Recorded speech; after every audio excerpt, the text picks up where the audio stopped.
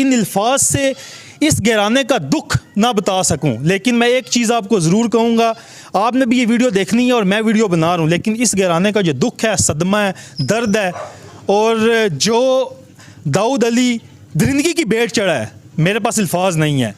میں داؤد کے والد سے بھی بات کروں گا، میں ان کی بہنوں سے بھی بات کروں گا، اور میں پوچھوں گا کہ اس کی کیا وجہ بنی، کیا ہماری جو اولاد ہے وہ سڑکوں اور گلیوں میں قتل ہوگی؟ تو آپ نے میرے ساتھ رہنا ہے، ہم ابھی داؤد کے والد سے بات کرتے ہیں اور سارا آپ کو تفصیلاً بتاتے ہیں۔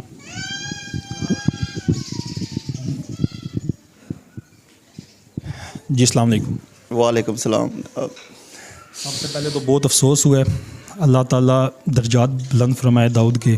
کیا وجہ بنی، اس طرح کس طرح ہو گیا، کچھ سمجھ نہیں لگی سر یہ سانوں کوئی پتہ نہیں، بچہ سی ساڑا معصوم بچہ، نمازی پریزی کا روزے دار کروں، کہندا میں تراویح پڑھن چلا۔